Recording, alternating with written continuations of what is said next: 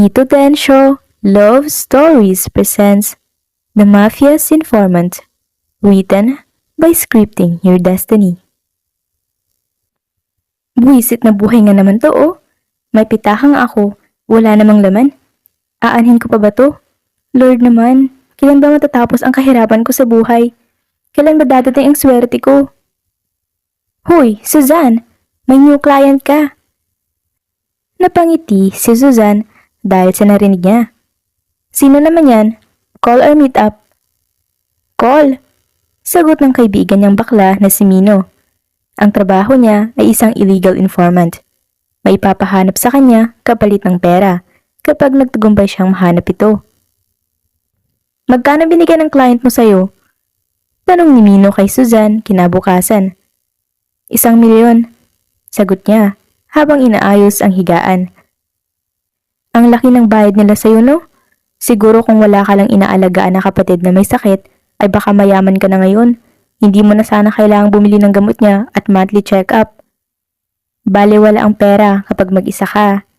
Si Suzy na lang ang natitirang pamilya ko rito. Kahit na may sakit pa siya, gagawin ko lahat mabuhay lang kapatid ko na kasing haba ng buhay ko. Ako dapat ang unang mamamatay sa aming dalawa. Kinuha ni Suzanne ang cellphone niya at denial ang number na binigay ni Mino sa kanya. Nang nalaman na niya kung sino ang hahanapin niya, ay buong gabi niyang hinanap ang lahat ng impormasyon tungkol dito. Binigay niya kay Mino ang number para malaman ang Gmail ng client niya para roon niya ito bigay. Familiar yung boses ng client. Sabi niya kay Mino na ginagamit ang laptop niya. Siya yung last week client. Sagot ni Mino habang nakafocus lang sa ginagawa nito sa laptop. Excuse me lang ha.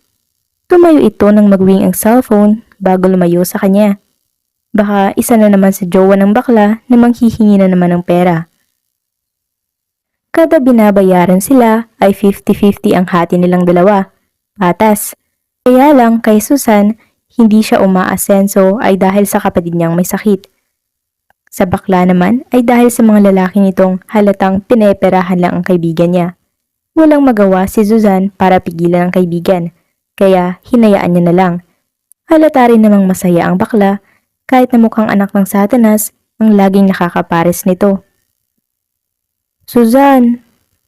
Napantig ang tenga niya dahil sa tono ng boses ni Mino, para itong may hinihinging pabor. Ano na namang kailangan mo? Pagtataray niya sa kaibigan. Hindi naman para sa akin to eh. Para sa ating dalawa to bakla. Kaya pumayag ka na lang ha. Ano ba yan? Hindi niya mapigilan singhal sa kaibigan. Gusto ng client ang meet up. Mahinhin nitong sagot. Meet up?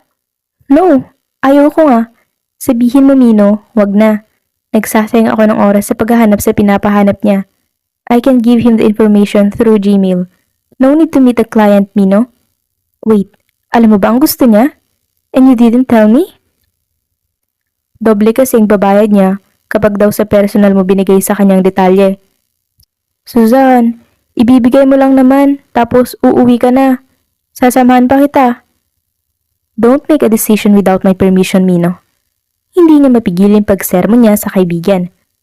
Magkano ba ang doble na yan? If I'm not satisfied, hindi ako makikipagkita. 2 million times 2, 4 million ang ibabayad niya sa'yo. Malaking halaga na rin, Suzanne. Wala desisyon kang bakla ka? Iniwan na niya ito roon at tinong ang kwarto kung nasa ng kapatid niya. Suzy, need mo ng water? Malambing na tanong niya sa kapatid na nagtatablet. Yes, please ate. Kumuha siya ng tubig at bumalik para ibigay ito sa kapatid niya. Hindi ka ba naboboard dito? Gusto mong lumabas? Humiling si Suzy sa kanya. 18 years old itong kapatid niya. Katakot lumabas ate.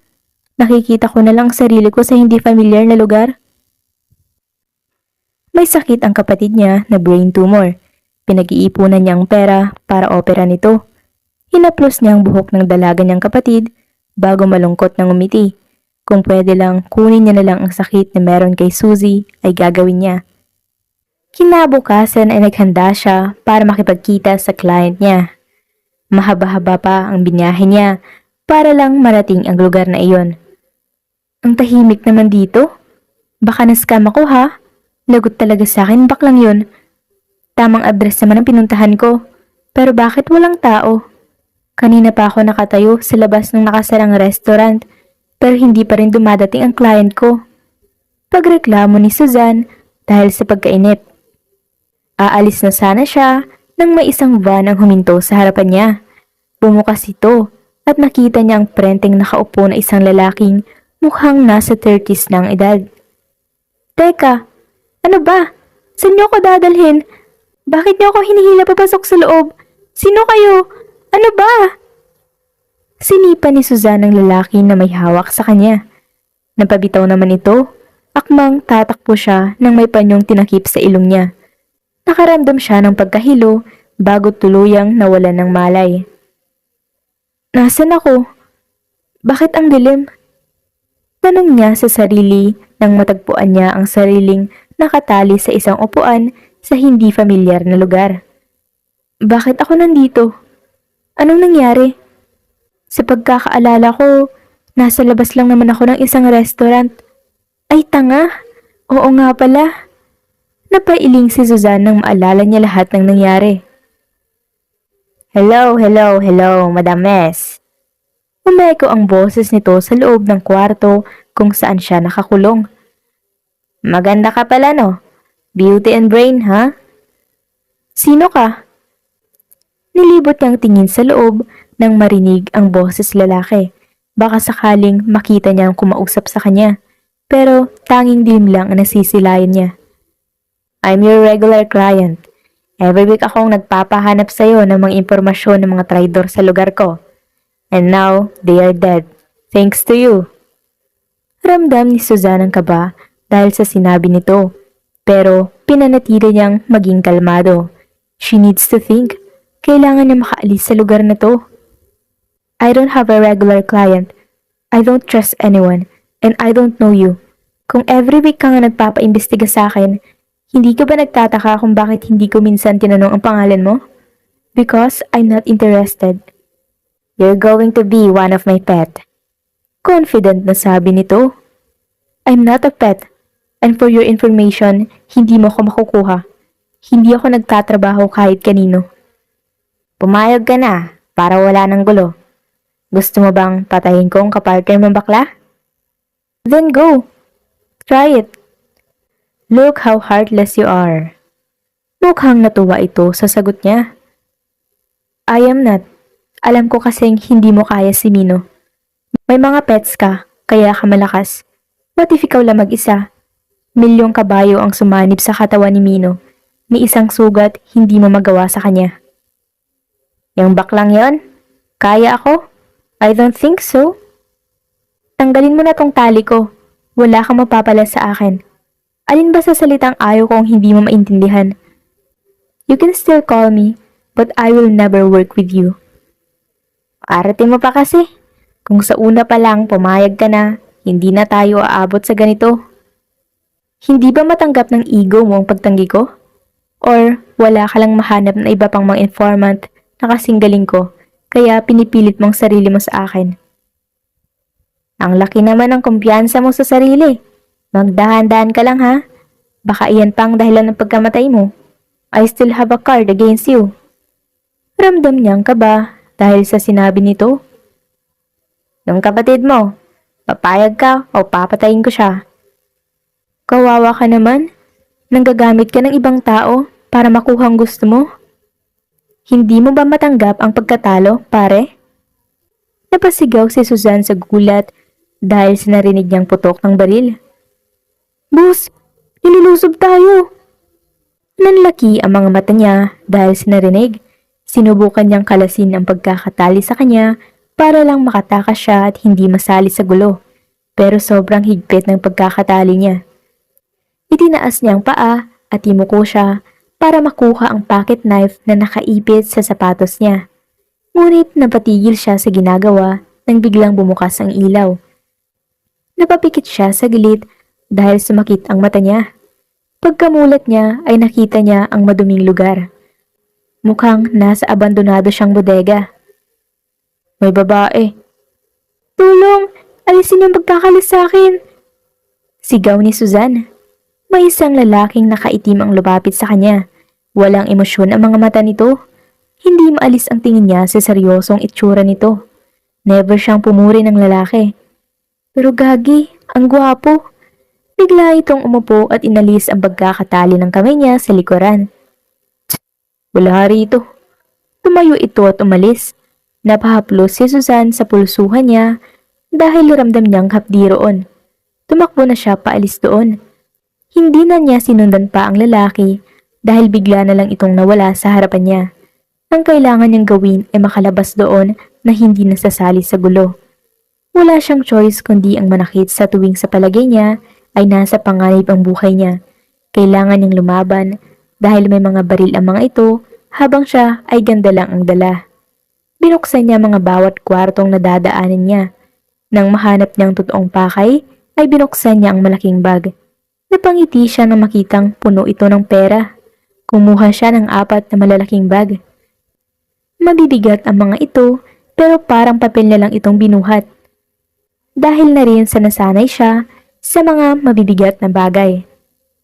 Nang magtagumpay siyang makaalis doon, ay nagtago siya sa gilid.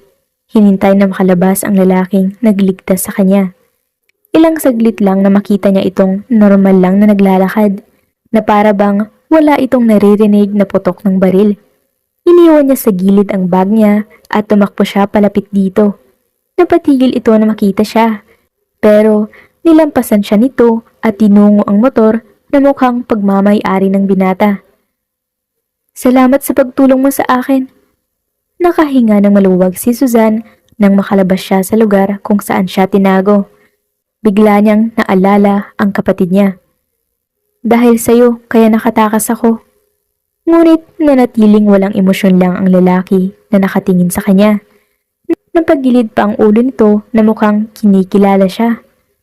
Ako to, yung natulungan mong makatakas. May special talent kasi ako na pinag-aagawan nila. Umayos ng tayong binata sa harapan niya, bored na nakatingin sa kanya. Are you done? I'm Suzanne. Actually, hindi ko talaga sinasabi sa ibang pangalan ko, kaya kadalasan Madam S ang tawag nila sa akin. Pero dahil niligtas mo naman ako, exemption ka. Let me repay your help, sabi ni Suzanne. Kung hindi mo ako kilala, oops, I think you know me. Mahina siyang natawa. Isa akong sikat at kilalang informant, so imposibleng hindi mo ko kilala. Sumakay ang binata sa isang itim na motor. Bigla na lang nitong binuhay ang nananahimik nitong motor sa gilid. Wait! Hindi mo pa sinasabi sa akin ang gusto mong kapalit sa pagtulong mo sa akin na makatakas doon. Teka lang naman! Hoy! Napasigaw si Suzanne nang bigla na lang nitong pinaharurot ang motor at ilang saglit lang nang tuluyan na itong nawala sa paningin niya. Napangiti si Suzanne at pinaglaruan ang pendant ng kwintas niyang hubog puso dahil nasa ulo niya ang plate number ng motor nito. Hindi ako pwedeng umuwi na ganito. Mabuti na lang talaga na secure ko ang 4 million bago ako nakalabas sa lecheng lugar na yun. Gagong yun, hindi maintindihan ang salitang ayaw ko. May mga tao talagang mapilit. Pero saan naman ako tutuloy? Ayun, may malapit na hotel lang dito.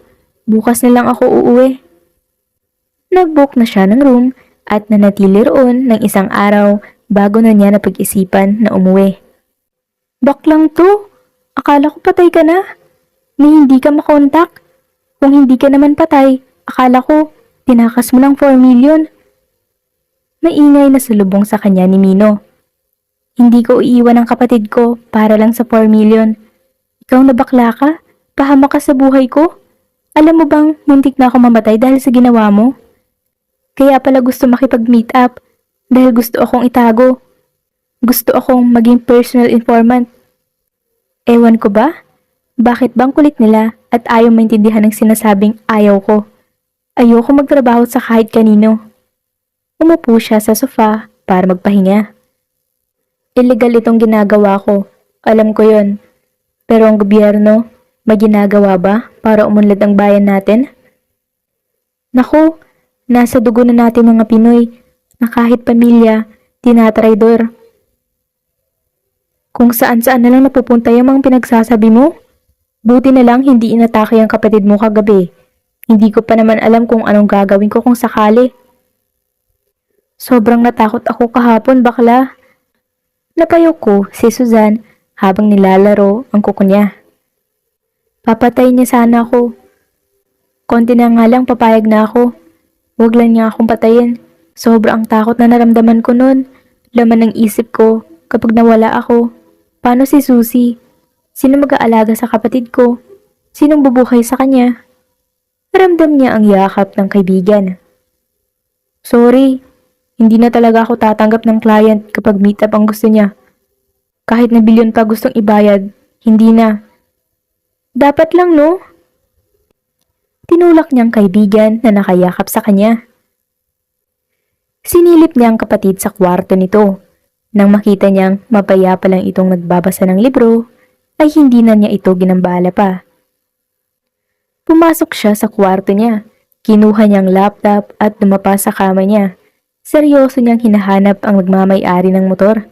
Kailangan niyang malaman ang pangalan nito para mahanap na niya ito.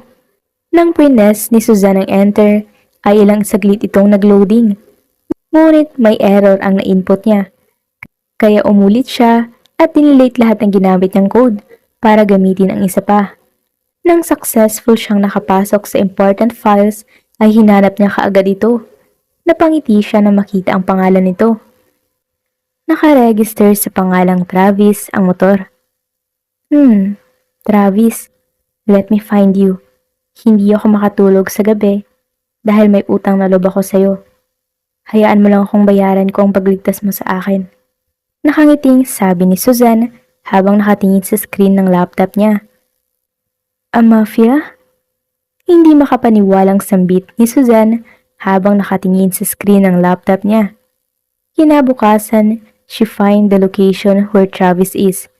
Nang mahanap niya ito, ay nagpaalam muna siya kay Mino at pinapabantay si Susie sa kaibigan bago siya umalis. Nakatambay ito sa isang bench habang nakatulala. Inayos muna ni Suzanne ang sarili niya bago umupo sa tabi nito. I am here para kulitin ka. Hindi ako nakatulog ng maayos kagabi dahil may utang na loob ako sa isang tao na nung isang araw ko lang nakilala. Who are you? Umusog ito palayo sa kanya. Ako yung niligtas mo. Hindi ako nakatulog kagabi dahil sa pagtulong mo sa akin. Pag-uulit niya. Hindi ka talaga makatulog kung ganito kagwapong nakita mo. Napangiwi si Susan. Ang yabang ha?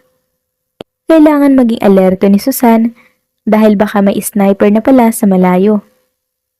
Kung wala kang tiwala sa akin, ito na lang. Umayos siya ng upo at humarap rito. Bibigyan kita ng trial. Trial? Kaka-online games mo yan.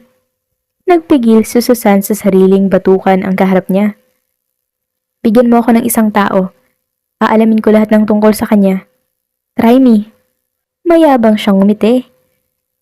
Kapag ba sinabihan kita ng pangalan, aalis ka na? Tumaas ang kilay ni Susan pero tumango pa rin siya. Alamin mo lahat tungkol kay Reynald Tutube. Tumango si Susan nang marinig ang sinabi nito bago umalis. Sinundan ng tingin ni Travis ang babaeng kanina ay kinausap siya. Hindi alam ni Travis kung bakit naniwala siya rito at agad sinabi ang isang taong gusto niya makilala para mahanap na niya ito. But maybe, kaya lang niya ito sinabi ay para umalis na ito. Nakakapagtaka, paano naman nalaman ng babaeng yon kung nasaan siya? Baka nagkataon lang na nagkita sila. Ilang araw nakakaraan nang hindi pa nagpapakita sa kanyang dalaga. Napailing si Travis dahil hindi niya alam kung bakit siya laging nagtutungo rito sa may parke para lang antayin nito. Tumayo na si Travis at tinungo kung saan nakapark ang motor niya. Travis, saglit! Napatigil siya at nilibot ang tingin sa paligid. Napako ang tingin niya sa babaeng tumatakbo palapit sa kanya. Sobrang pawis nito at tumatalon ang buhok dahil sa pagtakbo. Itinaas nito ang papel habang kinakaway. Nang huminto ito sa harapan niya, ay hinihingal pa itong napahinto bago inabot sa kanyang papel na hawak nito. Tinanggap niya ito at binasa. Reynald Tutubi, he's a licensed pilot. Pero dahil sa nangyaring plane crash sa taong 2013 ay kusa siyang umalis sa trabaho. Dahil na rin siguro sa konsensya dahil maraming namatay sa aksidente. Siya ang co-pilot ng araw na yon.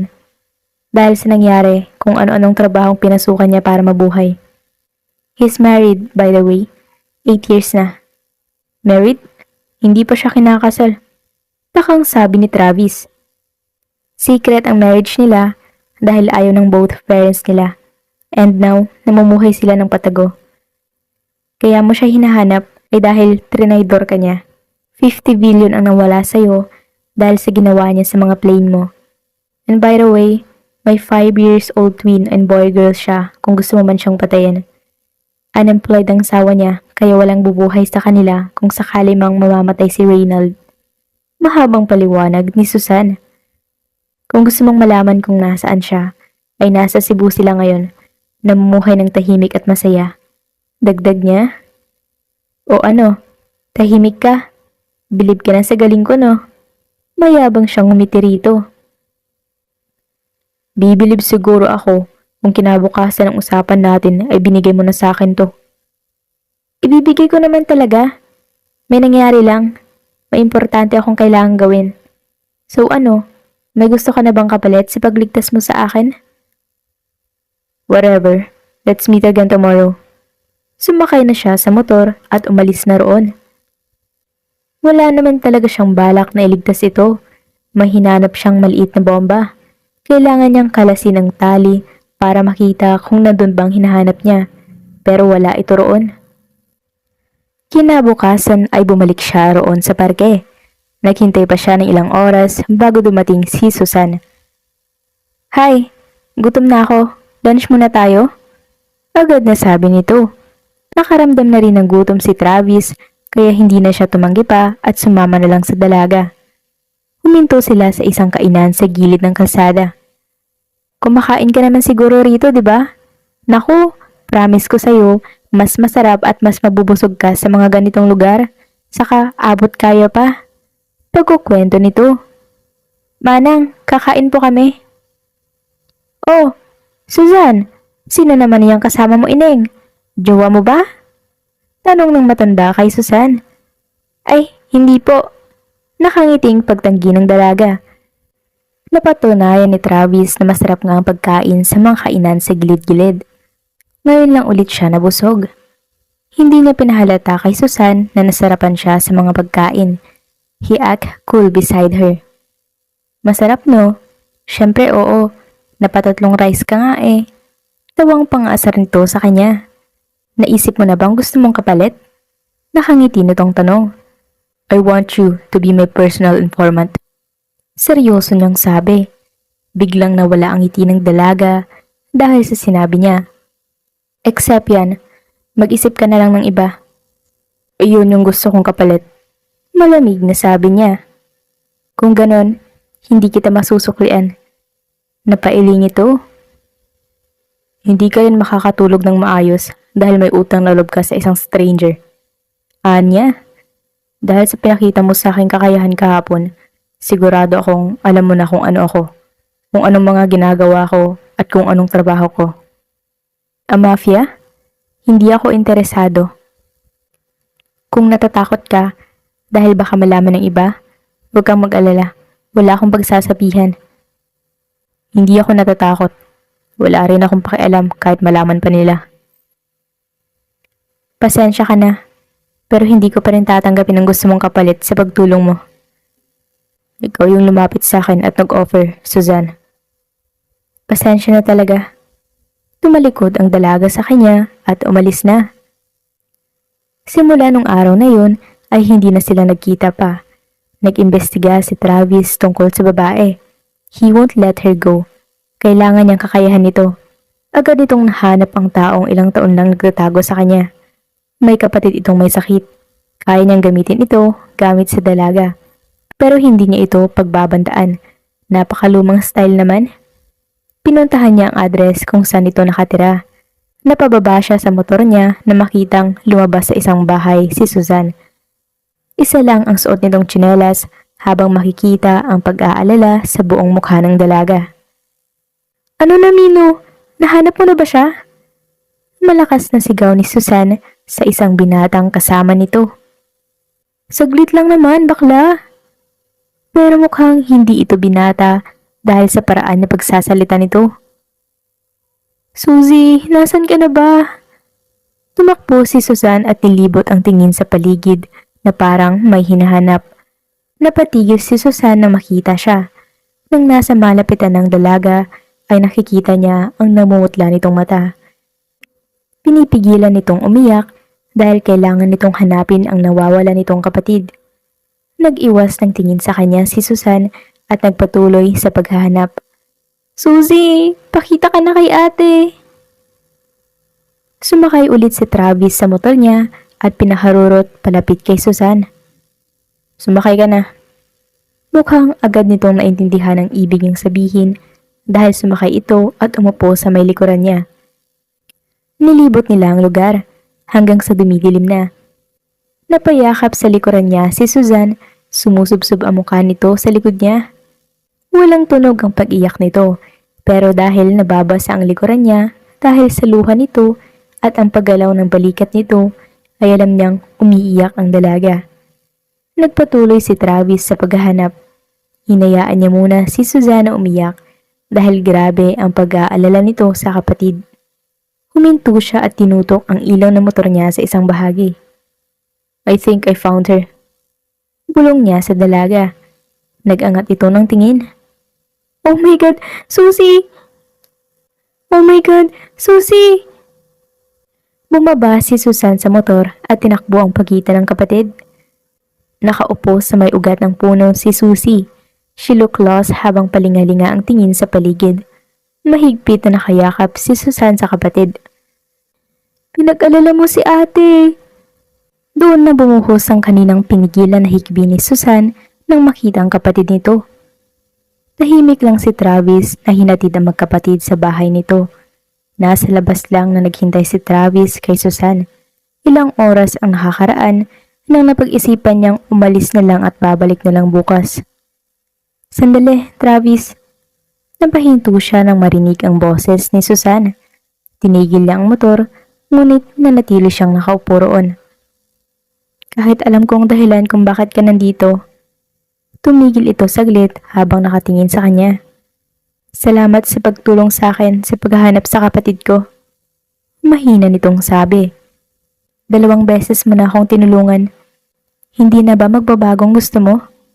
Hindi ko kasi talaga iyon may bibigay sa'yo. Hindi na magbabagong isip ko. Yun ang gusto kong kapalit. Tumango-tango si Susan. Pasensya na, pero sa pangalawang pagkakataon, tatanggihan ulit kita. Ano bang kinakatakot mo? Pagpigil niya kay Susan nang akmang tatalikuran na naman siya nito. Takot ka bang maloko? Matraidor? Wala akong kinakatakutan. Kaya ko sila kung sakali mang magkagipitan. Then why? You're a mafia, right? Why do you look so naive? Bakit ko naiisip that you're begging? I am not begging. I just want you to be part of our group. Group? I think the right word is pet. Kumunot ang noo ni Travis sa narinig. You are not a pet. Kumunot ang noo palalo ni Travis when Susan smirked. You are too soft to be a mafia. Mahina itong natawa. Then, convince me. Palihim na napangiti si Travis sa sinabi ng dalaga. Being an informant, mayaman ka na. Pero base sa estado mo sa buhay, I think, naghihirap ka pa rin. You're insulting me. That's the truth. Kaya ka walang naiipon ay dahil sa kapatid mo. Then, let me convince you by doing this. Ako ang gagastos sa lahat ng gamutan niya. Maghahanap ako ng magaling na doktor na gagamot sa kapatid mo. Kapag may ipapahanap ako, babayaran pa rin kita. Kahit na nagtratrabaho ka under my name, You are still free na tumanggap ng ibang client. Your loyalty is all I need. Paliwanag niya. Deal or deal? Walang no? Kunot noong tanong nito. I know you won't say no. Then, deal. Nakangiti nitong sabi. But don't trust me. Hindi mo alam, baka soon tatraydorin kita. I have a card against you. So no, never mong maiisip na traidorin ako. Then, let's see. Nag-shake hands silang dalawa. Nang magsimula ng magtrabaho si Susan para kay Travis, ay tinupad nito ang lahat ng pinangako sa kanya ng binata. Ito ang gumagastos sa lahat ng gamot ng kapatid niya. Ina-update siya nito sa mga doktor na nakakausap nito. Binabayaran siya sa mga impormasyon na binibigay niya rito. Tumatanggap pa rin siya ng iba pang client. Nakakaipon siya sa mga pinagtratrabahuhan niya. Laking pasasalamat niya kay Travis. Tumawag ka kanina, sinabi ni Mino. May gusto ka bang malaman? Sa tuwing may gusto ito, ay siya nang pumupunta kay Travis. Kahit iyon man lang ang magawa niya para masabi nitong nag-e-effort siya. Give me the information about Franco Camias. All of it. All about him. Wala kang iiwan na kahit ano. Kahit na malit na details ay kailangan isali mo. Pwede akong makakuha ng clue sa kanya. Pagkabalik ni Susie sa bahay nila, ay ganyang inalam lahat ang tungkol kay Franco. Nahirapan siya dahil parang may bumabara sa impormasyon tungkol sa binata. But she didn't want to disappoint Travis. Kaya kahit na maliit na chances niya, makapasok lang siya sa phone ni Franco ay ginawa niya. Hanggang sa nakuha na niya lahat ng kakailanganin ni Travis. Kinabahan siya habang nakatingin sa katauhan ni Franco. He's an assassin. Bulong ni Susan rito. I knew it. Thanks, Sue. Tumikim siya. Susan, name ko. Nag-angat ito ng tingin sa kanya. Tumigil muna ito sa pagbasa. I know, but I want to call you Sue. Ayaw mo ba? Ganun ba? Ayos lang naman. Umalis na siya sa opisina ni Travis. Sumakay siya sa elevator pababa. Na makalabas siya sa elevator ay napatigil siya at napatingin sa laser na nasa dibdib niya. Nilibot niya ang tingin. Napansin niya ang isang ulong nakasilip sa 10th floor tail sa kabilang building. Bago pa tumama sa kanya ang bala ng sniper, ay dumapa siya, dahilan kaya tumama ito sa pinto ng elevator. Nagkagulo, rinig niya ang sigawan ng mga empleyado. Tumayo siya at umalis sa pwesto niya kanina bago nagtago sa kung saan alam niyang hindi siya mahahanap. Susan! Napatigil siya sa pagtakbo nang marinig ang tarantang boses ni Travis. Nasa kabilang building, 10th floor! Sigaw niya nang mapansin na hindi pa rin siya nahahanap ni Travis. She needs to hide. Hide well, Susan. Kung kaya mo man, umuwi ka na. Ililigaw ko siya. Careful, Sue. Nakasandal lang si Susan sa may dingding. Ilang minuto siya roon nang napag-isipan na niyang umuwi. Pagka-uwi niya sa bahay ay dumiretso siya sa kwarto ng kapatid niya. Nang makitang natutulog ito ay kinuha niyang tablet nitong nasa tabi at nilapag sa bedside table. Humiga siya sa tabi ni Susie at niyakap ang kapatid. Hindi niya mapigilan ang maisip ang nangyari kanina. Sobra-sobrang takot niya. Paano kapag hindi niya napansin ang laser? Paano kapag nabaril siya? Paano kapag natamaan siya? Paano kapag namatay siya? Sino ang maiiwan para sa kapatid niya? Nag-text siya kay Travis at sinabing titigil na siya sa pagtratrabaho sa kanya. Ayos ka lang ba? Salubong kaagad ni Travis pagkalabas niya ng bahay. May masakit pa sa'yo? Pagdapa mo, hindi ka ba natama sa kahit anong matigas na bagay? Hindi ka ba nasaktan? Ayos lang naman ako. Travis, pasensya na, pero titigil na ako sa ginagawa ko. Sobrang natakot ako kanina. Paano kung hindi ko napansin ang laser at natamaan ako ng sniper? Kapag namatay ako, sino mag-aalaga sa kapatid ko? May iwan siyang mag-isa rito. Matagal nang wala mga magulang namin. Kapag nawala ako, may iwan siyang mag-isa. Ayoko nun. Hindi lang ito ang unang beses na may nangyari. Namuntik na akong mamatay. Pasensya na talaga, Travis. Pero ayoko na. Tinalikuran niya ito at bumalik sa kwarto ng kapatid niya. Pero kahit na tinalikuran niya ito, ay hindi siya nito tinalikuran. Sagot pa rin ni Travis ang panggabot sa kapatid niya kahit na hindi siya nagtratrabaho sa binata. Pero hindi rin ito tumitigil sa pangungulit sa kanyang bumalik na. Hi, Suzy.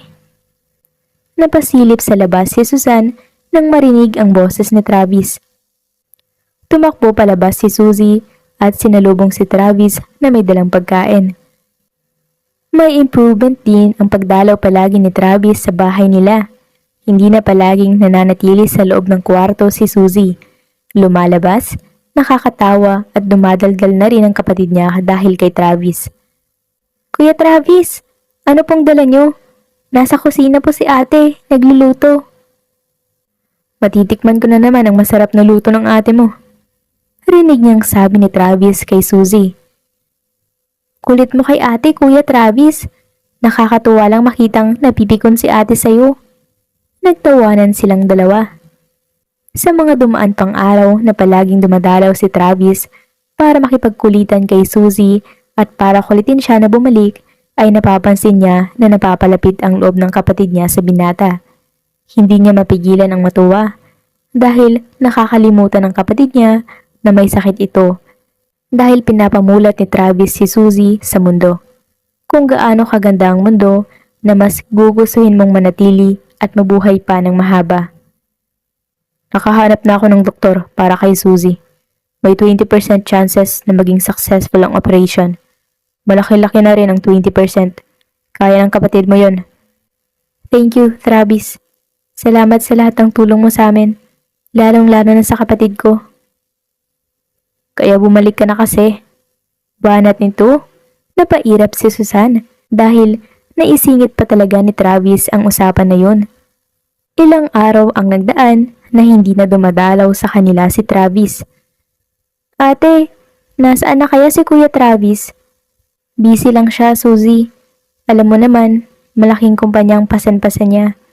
Tumango si Suzy dahil sa sinabi niya. Pero sa totoo lang, pati siya ay hindi rin alam kung bakit hindi na pumupunta sa kanila si Travis. Ayos lang kaya ito? Tawagan mo na lang.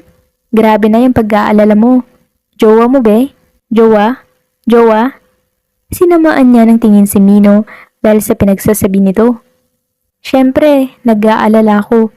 Ang laki ng tinulong niya sa pamilya ko, no? Magiging parte na rin siya ng pamilya mo. Bakla ka? Pinagsasabi mo. Gulat niyang singhal dito. Kunwari, hindi ko alam na gusto mo siya. Hindi ko siya gusto. Pinadilatan niya ito. Pumayag ka maging personal informant niya kahit ng one and only rule mo ay hindi ka magpapaalipin o magtratrabaho sa iba. But you accepted his offer. Ayaw mo na sa personal ibinibigay ang information about sa person na pinapahanap. Pero kay Fafa Travis, gora lang.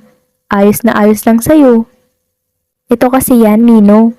Kaya ako inaccept ang offer niya ay dahil hindi pet ang turing niya sa nagtatrabaho sa kanya. Saka, ang ganda ng offer niya sa akin. Tatanggihan ko ba? Kaya in person ko binibigay ang papers ay dahil para naman masabi niyang nag-effort ako, no? Paliwanag niya. Tss, rason mo, bulok? Hindi nga kasi. Sigaw niya rito. Pwede hindi. Defensive ka masyado. Natatawang sabi ni Mino. Inirapan ni Suzanne ang kaibigan dahil sa pangulit nito. Ilang beses ko nang tinawagan si Travis pero out of reach ang cellphone niya. Ano na kayang nangyari sa lalaking yun? Hindi naman sa nag-aalala ko sa kanya. Kailangan pa niyang mabuhay dahil siyang gagastos sa gamutan ng kapatid ko. Bawal siyang mamatay hanggat hindi pa rin gumagaling si Suzy. Pagkausap ni Suzanne sa sarili, nagtungo siya sa kwarto niya at pinuksan ang laptop para hanapin kung nasaan si Travis. Hindi ko mahahanap gamit ang phone ni Travis dahil naka-off ang cellphone nito. Hindi naman tanga si Travis para magdala ng laptop kung nasaan man siya ngayon. Ano naman ang gagamitin kong pang-track sa location niya? Tinignan ni Suzanne ang search history niya. Baka magka-clue siya sa kung anong gagawin niya. Tama nga. Ang plate number ng motor niya. Ay no, ginamit niya ito. Tangan niya naman kung naglakad lang siya, di ba?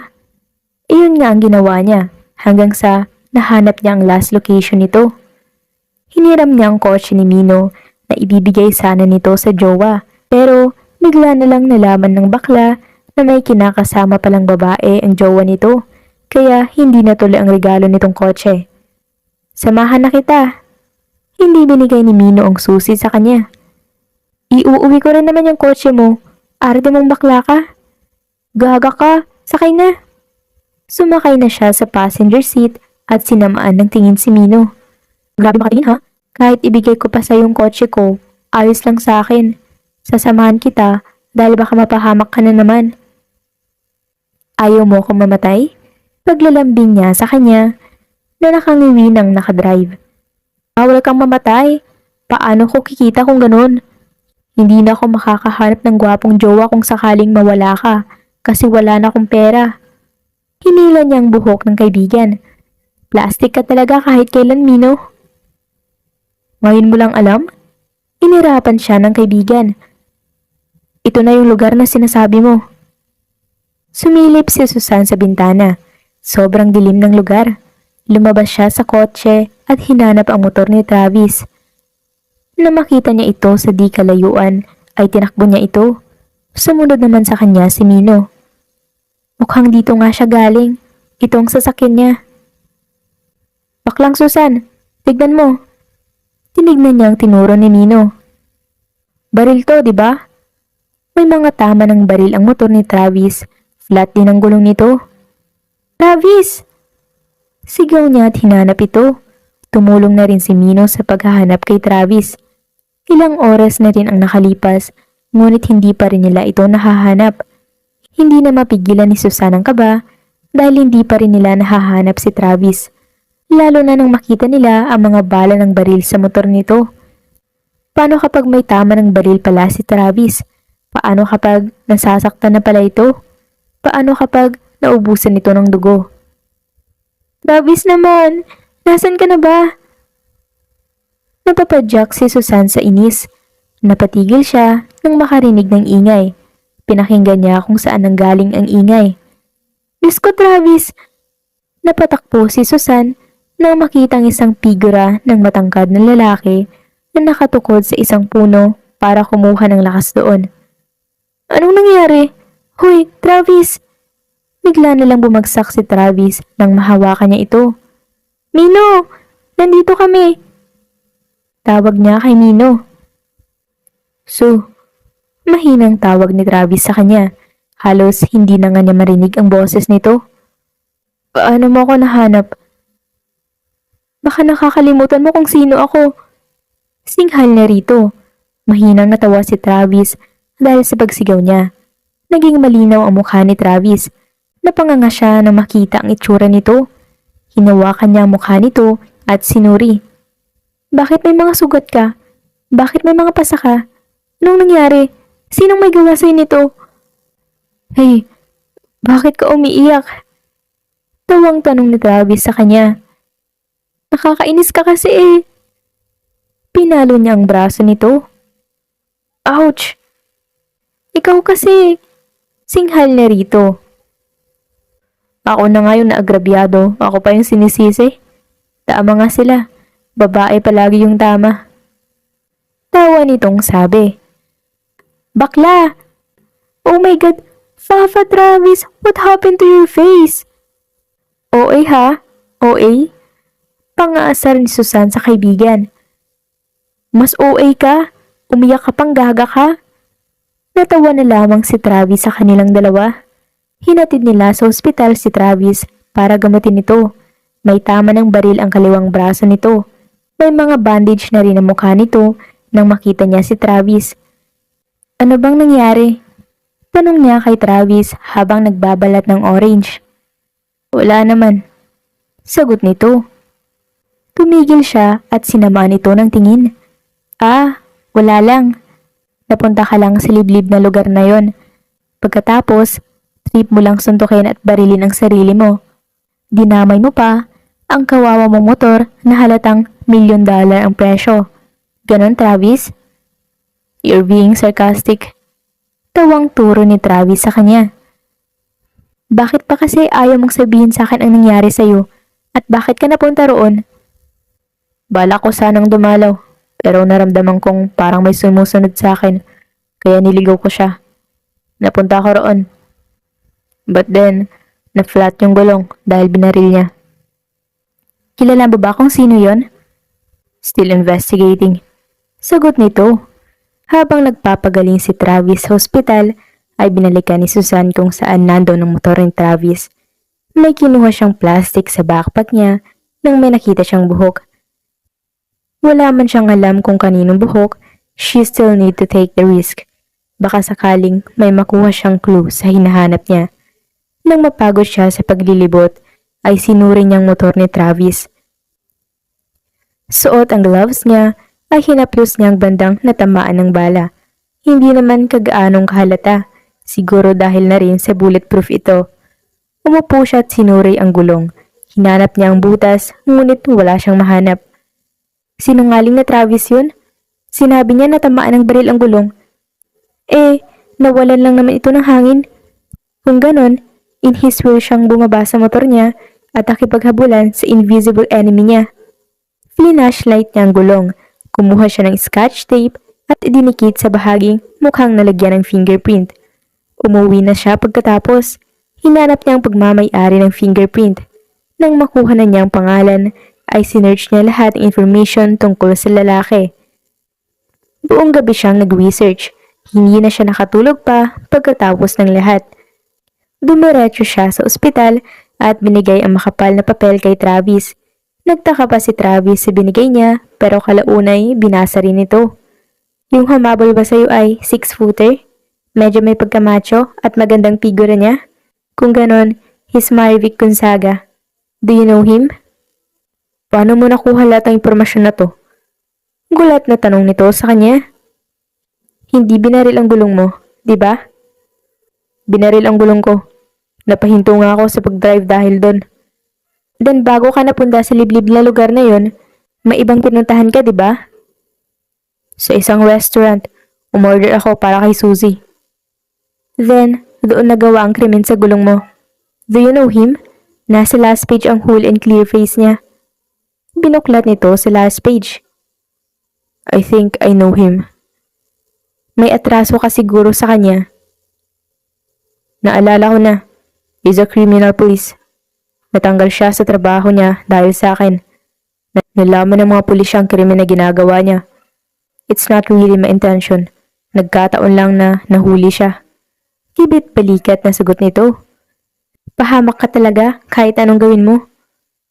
Hey! Ang pahamak na to ang nagligtas sa'yo. Remember when I saved you? You didn't save me that time. Nagkataon lang. Natawa si Travis sa sinabi niya. Isang araw lang silang nanatili pa sa ospital bago tuluyan nang nakalabas si Travis. Let's meet tonight. Para saan naman? Oo nga pala. Sige, let's meet tonight. 7 p.m. sharp. May sasabihin ako sa'yo. You will confess? It is. Ulol mo? Hindi no? Umiling si Susan at umuna na siya ng uwi para makapaghanda mamayang gabi. Tatanggapin niya ulit ang offer nito na maging personal informant ni Travis. Hindi mapigilan ni Travis ang ngiti habang nakatingin kay Susan na papalayo sa kanya. Umuwi na rin siya at naghanda para mamayang gabi. Sigurado na siya. Mamayang gabi siya aamin sa nararamdaman niya para sa dalaga. Pinaghandaan niya lahat. Ang restaurant, ang music, ang food. 6 p.m. pa lang ay nandun na siya. Napapatingin siya sa cellphone niya. Hihintay ang tawag o text ni Susan. Napangiti siya nang makatanggap ng text na paparating na ito. Pero nawalang nakahanda niyang ngiti nang mabilis na dumaan ang oras ay wala pang dalaga. 9 p.m. na. He still waited dahil baka may emergency. But when the clock struck 11, ay tumayo na siya bago nag-drive papunta sa bahay ni Suzanne.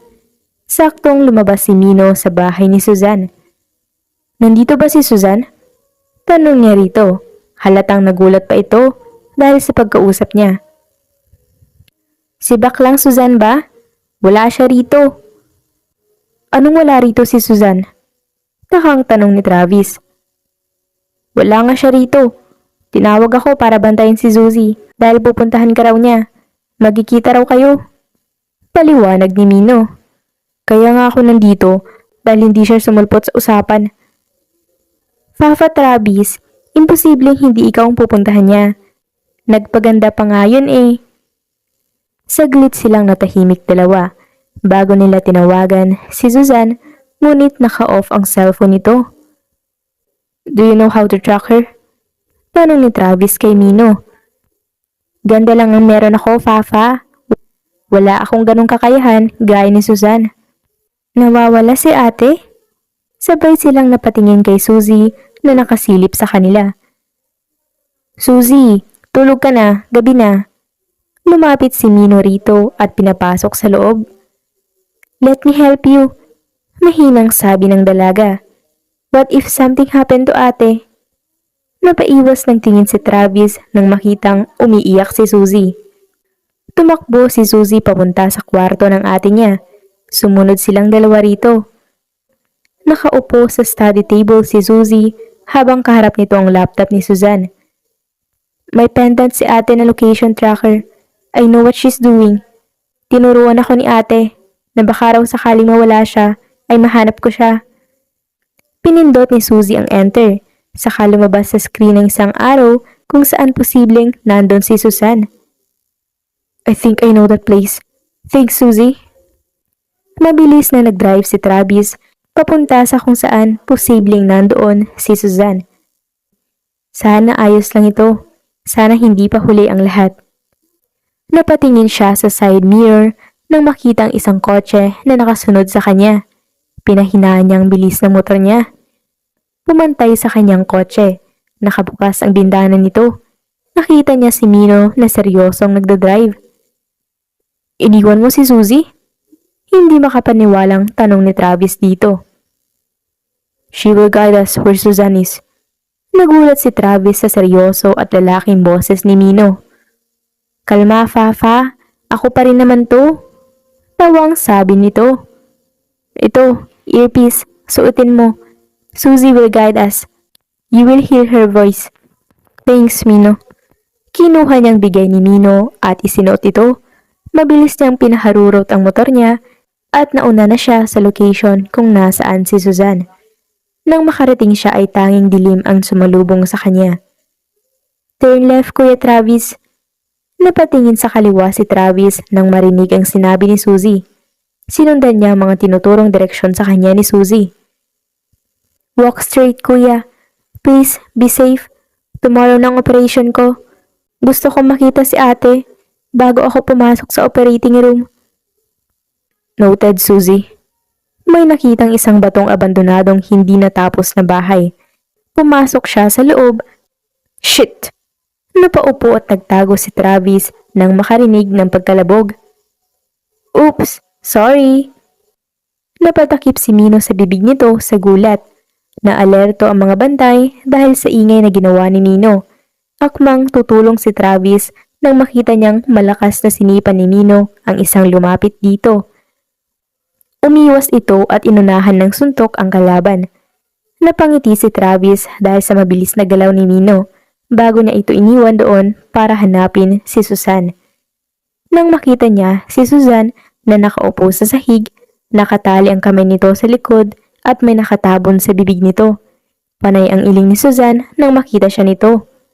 Naglakad si Travis palapit kay Suzanne para alisin ang nakataling kamay ng dalaga. Napahinto siya ng may baril na nakatutok sa sintedo niya. Huli ka! Napantig ang tenga niya nang marinig ang boses na yun.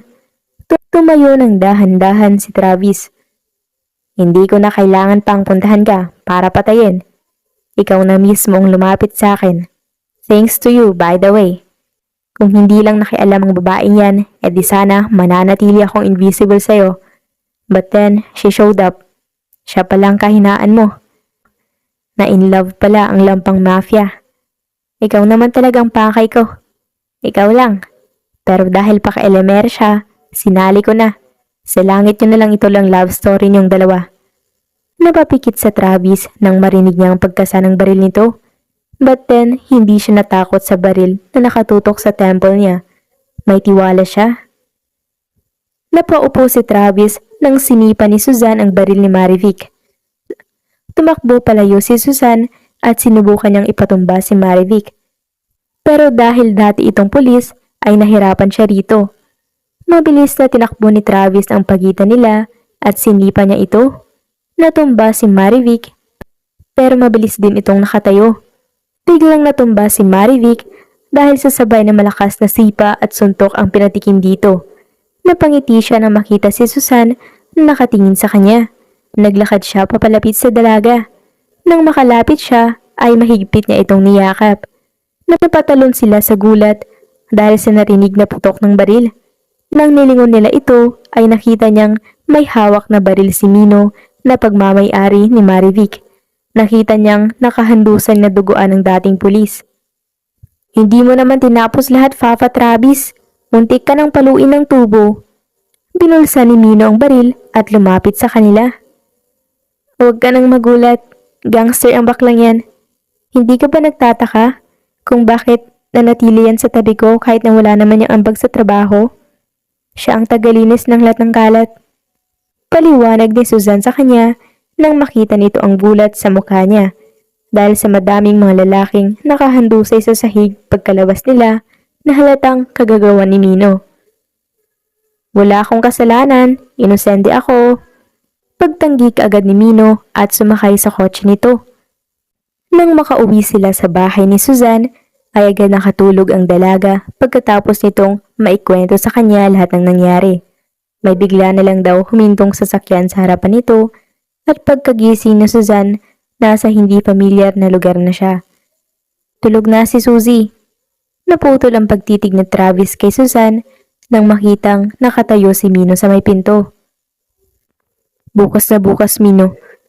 Isasend kong location kung sang hospital o operahan si Suzy. Ikaw na ang maghatid sa kanilang dalawa roon. Ikaw na? May lakad ako bukas. Maghahanap ako ng Fafa. Umiling si Travis at hinaplos ang mapayapang mukha ni Suzanne.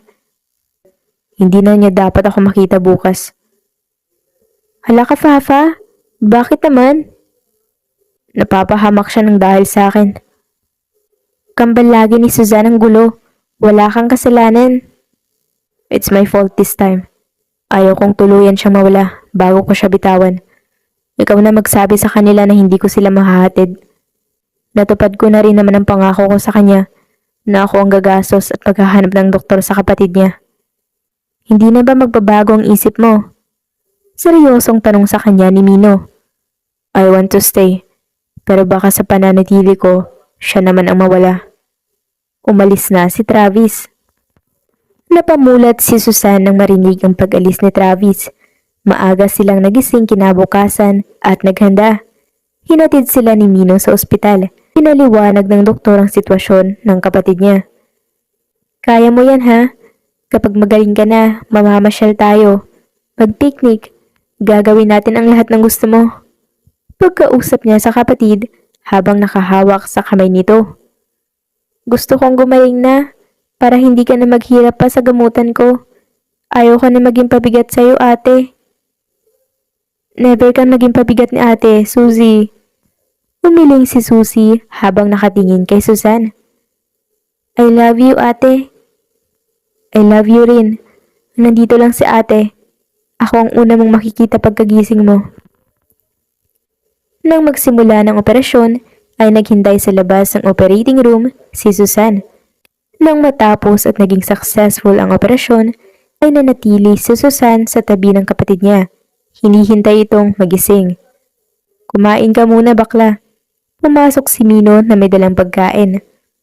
Magbihis ka na rin dahil mukha kang multo yan. Baka pumunta rito si Travis at maabutan ka sa mukhang yan. Hindi na siya pupunta rito. Mahina niyang sabi. Sinasabi ko na nga ba eh.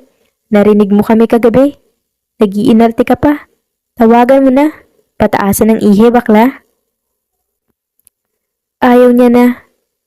Natatakot ka lang. Seryosong sabi ni Mino na ikinatahimik niya. Natatakot kang baka mali ang akala mo. Baka mali palang iniisip mo. Puno ng katanungan.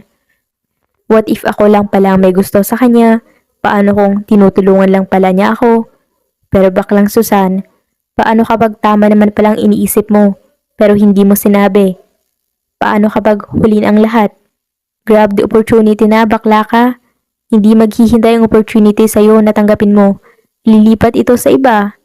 Hindi ka special. Ano namang gagawin ko? Malay ko sa'yo. Kapag talaga hindi ka umamin sa kanya, aagawin ko siya sa'yo. Parang ang crush ako ni Travis. Napahanga siya sa galing ko makipaglaban. Asyumera ka? Papiro niyang hinila ang buhok ng kaibigan. Go na kasi, ang arte mo. Hindi na niya pinansin ng kaibigan at kumain na lang sa dala nitong pagkain. Ngunit napatigil siya sa pagkain at tumayo bago lumapit kay Suzy nang makita niyang paggalaw ng kamay nito. Oh my God! Gising na si Suzy! Ayos na siya! Napangiwi si Susan sa sigaw ni Mino. Ang OA ha? Komento niya rito. Whatever baklang Susan, tawagin ko lang ang doktor. Lumabas na ito. Nasaan si Kuya Travis? Napahinto siya sa tanong ng kapatid. Gusto mong tawagan ko? Tawagan mo na. Alam ko naman na gusto mo rin siyang makita. Ako na ang idahilan mo para pumunta siya. Malakas ako kay Kuya Travis. Nang dumating ang doktor, ay lumabas na muna si Susan at tinawagan si Travis. Ilang tawag pang ginawa niya, ngunit hindi ito sumagot. Huling tawag niya ay nagring ito at ilang saglit lang nang sinagot na nito. Hello? May kailangan ka, Sue? Tumikhim si Susan dahil parang may bara sa lalamunan niya dahil narinig niya ulit ang boses nito. Successful ang operation ni Suzy. Good to hear. Nagising na siya. Hinahanap ka niya. I'm sorry, but I'm busy. Gusto kanyang pasalamatan. Tell her you're welcome. Kumunot ang noo ni Susan sa inis. Pumunta ka na kasi rito. Ang arte pa eh. Hindi niya mapigilang singhal dito. That tone. That's the Susan I know. Hindi yung mahinhin na nakausap ko kanina. Pumunta ka rito ha. Kung hindi, hahanapin kita tapos sasakalin. Pagbabanta niya bago pinatay ang tawag. Pagkabalik niya sa loob ay wala na roon ang doktor. Si Mino lang na kinakausap ang tumatawa niyang kapatid. Mukhang nagjo-joke na naman ang bakla. Ang gwapo mo talaga, Kuya Mino. What if jowain kita? Maghunos dili ka, Suzy. Tumatayo balahibo ko sa'yo. Napangiting napailing na lang si Susan dahil sa asaran ng dalawa. May crush si Suzy kay Mino. Pero dahil lalaki rin ang hanap ni Mino, ay walang pag-asang kapatid niya. Nakatulog ulit si Suzy pagkatapos ng asaran nila ni Mino. Pinantayan niya ang natutulog na kapatid. Napatingin siya sa may pinto nang makarinig ng pagkatok. Bumukas ito at sumilip si Travis. Nilibot nitong tingin sa loob ng kwarto at napako ang tingin nito sa kanya. Tumikim ito at umayos ng tayo bago dahan-dahan na pumasok sa loob. Tulog. Natatawang turo nito kay Suzy na nakahiga sa hospital bed. Tumango si Susan habang hindi maalis ang tingin kay Travis na nakatayo sa harapan niya. Tumikim si Travis at kumaway. Hi? Nagising sa realidad si Susan dahil sa sinabi nito. Upo ka. Umupo si Travis sa tabi niya. Bumukas ang pinto at pumasok si Mino. Nagulat pa ito nang makita nito si Travis. Hi, Papa Travis. Oh, ano na baklang Susan? Sinabi mo na ba sa kanya? Umiling si Susan sa kaibigan. Ang awkward yung tignan. Ako na ngang gagawa ng introduction dahil bida-bida naman ako. Papa Travis, ito kasing si baklang Susan narinig ang sinabi mo kagabi. Kaya gusto niyang magtanong kung bakit ka iiwas sa kanya. Ayos lang naman siya. Ikaw naman, Fafa Travis, umamin ka na. So ayun na, labas na ako. Ay, love is in the air na talaga. Lumabas na si Mino at iniwan silang dalawa na tahimik lang. Tumikhim si Susan at hinarap si Travis. Sa sinabi nga ni Mino, gusto kitang tanungin kung bakit kailangan mo pang dumistansya sa akin. Ayos lang naman ako. Hindi mo naman kasalanan ang nangyari nun. Bumuga ng hangin si Travis at seryosong tumingin sa kanya. Sa tingin mo, kung ibang taong kilala kong magaling na informant, ganun ako kakulit na halos ayaw ka ng tantanan? Nung pinili mong umalis sa trabaho dahil natatakot ka, kinulit kita na bumalik. Hindi dahil kailangan kong talento mo, kundi dahil kailangan ka ng puso ko. Ang cringe, pero ikaw palagi ang hinahanap nito. Tinuro ni Travis ang dibdib nito. Pero nung bigla kang naglaho, ni isa sa amin walang may alam kung nasaan ka. Halos mabaliw ako kakahanap sa'yo. Never in my life akong nagdasal. Pero pinagdasal ko sa Panginoon na sana ligtas ka lang. Sana ayos ka lang. Kahit hindi ka na para sa akin, sana maging masaya ka. Hindi ako tumigil sa pagdasal hanggang sa maligtas ka. Doon ko nalaman how powerful prayer is. Mahal kita, pero sa tuwing magkakasama tayo, palagi ka nalang napapahamak. Ayaw ko nun. Ayaw kong tuluyan ka mawala sa akin. Hindi naman ako mawawala. Siguradong sabi ni Suzanne. Mamamatay ako sa katandaan, hindi sa bala ng barel o kahit anuman. Patuloy na umiling si Travis. Ayaw na ulit kitang mabahamak pa. Kuya Travis? Hindi natuloy ang balak na pag-alis ni Travis dahil sa pagtawag ni Suzy dito. Nag-request ang kapatid niya na sana manatili na muna ito. Walang magawa si Travis kundi ang pumayag. Ilang araw na natili si Travis sa ospital. Kasama siya. Mahirap itong iwasan, lalo na sa makulit niyang kaibigan na walang preno ang bibig. Gustuhin man niyang sabihin kay Travis na wag na itong mag-alala dahil kaya niya ang sarili niya, hindi niya masabi. Kapag ba sinabi niya yon, may magbabago? Wala rin naman. Nang makalabas si Suzy sa ospital, ay si Travis nang naghatid sa kanila pa uwi. Ginawa niya lahat ng pangako niya sa kapatid. Namasyal sila, nag-picnic, nag-date silang magkapatid. Sobrang saya ni Suzanne dahil normal na ulit ang buhay nilang dalawa ng kapatid niya. Laki ang pasasalamat niya sa Diyos dahil binigyan ito ng pagkakataon na mamuhay ng normal ang kapatid niya. Gusto kong kasama natin si Kuya Travis papuntang Bohol bukas, ate. Nakangiting sabi sa kanya ni Suzy. Tawagan ka ba? Nag-text na ako sa kanya. Sabi ni Suzy. Pupunta raw siya. Nakangiti nitong sabi.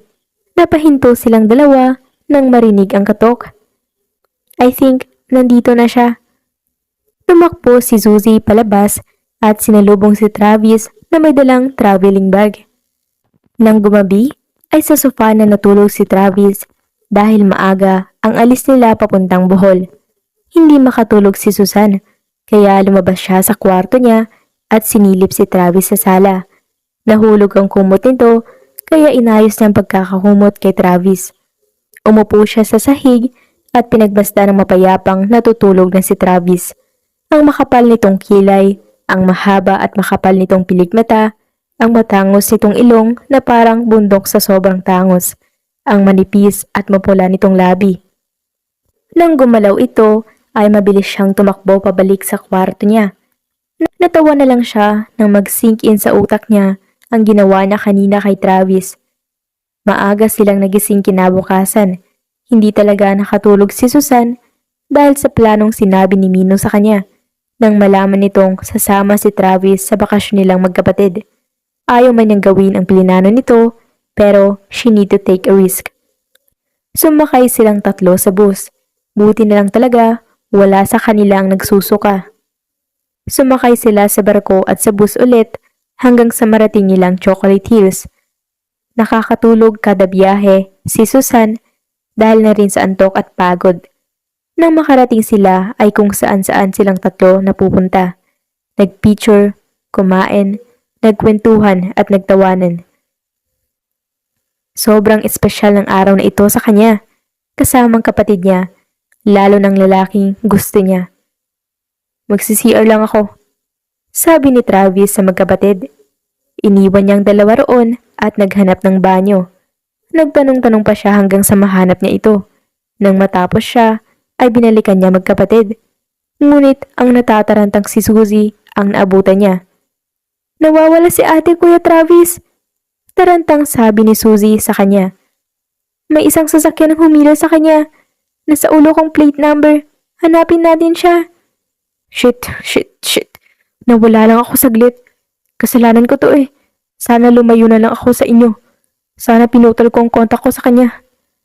Bulong ni Travis sa sarili. Nakuha ko na ang location niya. Binigay ni Suzy sa kanyang cellphone nito. Ilang oras ang binyahe nila parating sa rooftop ng restaurant kung nasaan ngayon si Suzanne. Ramdam niyang mabilis sa pagtibok ng puso niya dahil sa kaba. Kung noon ay mabilis lang naman ang takbo ng elevator, ngayon ay parang nag-slow motion ang oras na para bang inaasar siya ng mundo. Nang makarating siya sa rooftop ay napatigil siya na makitang may mga bomba sa katawan ng dalaga. No! Tumakbo si Travis palapit kay Suzanne at pilit na tinanggal ang bomba sa katawan ni Suzanne. Please, no! Ano bang gagawin ko? Paano ba to? Lord, please! Nang makita ni Travis ang 3, 2, 1 na timer sa bomba, ay mahigpit niyang niyakap si Suzanne. I love you. I'm sorry for everything. Nakapikit niyang sabi habang mahigpit na yakap ang babaeng pinakamamahal niya. Ngunit ilang minuto ay wala siyang naramdaman na pagsabog. Lumayo siya at napatingin kay Suzanne na nakapisain sa kanya. It's a prank, Kuya Travis. Nahihiyang sabi ni Suzy. Prank lang, Papa Travis. Napabitaw si Travis kay Suzanne at nanghihinang napaupo. Gulat na gulat si Suzanne nang masaksihan ang naging reaksyon ni Travis. Nakaupo ito sa harapan niya. Nakatakip ang kamay nito sa muka. Sa kanya unti-unting naririnig ang hikbi nito. Sorry, huy, okay ka lang? Hindi mapigilang pag-aalala ni Suzanne. Tumayo si Travis at mahigpit siyang niyakap. Akala ko mawawala ka na naman. Gagi, never in my life akong natakot. Pero sobrang takot na naramdaman ko kanina. Hindi familiar sa akin ang buhol. Hindi ko alam kung saan ka hahanapin. Akala ko hindi na ulit kita makikita pa. Bakla ka, Mino. Tignan mo ginawa mo kay Travis. Hinaplos ni Suzanne ang buhok ni Travis. Mahigpit itong yumakap sa kanya at sinubsob ang mukha sa leeg niya. Effective naman. Iwan na muna namin kayo. Tara na, Suzy. Date tayo, Kuya Mino? Inosenteng tanong ni Suzy. Mandiri ka, Suzy. Talong gusto ko, hindi pechay. Napailing na lang si Suzanne nang nawala na ang dalawan sa harapan nila. Sorry, plano kasi yun ni Mino. Hindi ko intensyonang takutin ka. Dahil sa nangyari, na-realize kong ayaw kitang mawala. Ayaw na kitang pakawalan pa. Pero sorry, Sue. Hindi ko pa rin mapigilan na matakot. Hindi naman talaga mawawalang takot, Travis. Ayaw mo ba ako maging sayo? Do I need to beg? Para lang tanggapin mo ko? Lumayo si Travis sa kanya at mabilis na umiling. Ako dapat ang magmakaawa sa yung piliin mo ko. Sue, kung alam mo lang kung gaano ko kagusto na maging akin ka. Then, sundin mo ang gusto mo. Napahimik si Travis at natawa. Ang kulit mong babae ka. Hindi kita titigilan hanggat hindi nagiging tayo. Sayang ang effort ko, no? Kung magpapadala ka sa takot mo. Kapag hindi mo ako ginawang girlfriend, hindi mo na ako makikita pa at mababalitaan mo na lang akong ikakasal na sa isang gwapong Dax na afam. Malakas na natawa si Travis. Ako siguro yung sinasabi mong ikakasal sa gwapong Dax na afam. I'm an American, Sue. Sugar daddy ka pala? Nakangiting napailing si Travis. Kulit mo talaga. I love you. Malambing na yumakap si Susan kay Travis. Hinaplos ni Travis ang bewang ni Susan. Mahal na mahal din kita. Susubukan kong magmatakot at ipapasa Diyos ko na lang ang lahat. Sobrang nagpapasalamat ako dahil ikaw ang binigay ng Diyos para sa akin. Kahit na girlfriend mo na ako, hindi pa rin free ang serbisyo ko bilang personal informant mo. Nakangiting pinisil ni Travis ang ilong niya. Napakasigurista naman ng girlfriend ko. Wala bang discount? Siguro mga 10% discount na lang. Inosenteng tanong ni Susan. Nagtawanan silang dalawa dahil sa usapan nila. Mahigpit siyang niyakap ni Travis at hinalikan ng buhok niya. Wala na siyang hihilingin pa sa buhay ni meron siya. Nagpapasalamat siya sa Diyos dahil sa mga blessings na natanggap niya. Kung noon, tinatanong niya palagi kung bakit nangyayari sa kanya lahat ng kamalasan sa buhay. Ngayon ay alam na niya ang sagot. Kung hindi niya naranasan ang mga sakit, takot, pagod, lahat-lahat ng kasakit sa buhay ay wala siya ngayon sa kinatatayuan niya. Laking pasasalamat niya sa Diyos dahil hindi siya hinayaan na sumuko. At dito, nagtatapos ang kwentong pinamagatang The Mafia's Informant. Don't forget to like, share, comment, and subscribe for more amazing stories. Hanggang sa muli, paalam!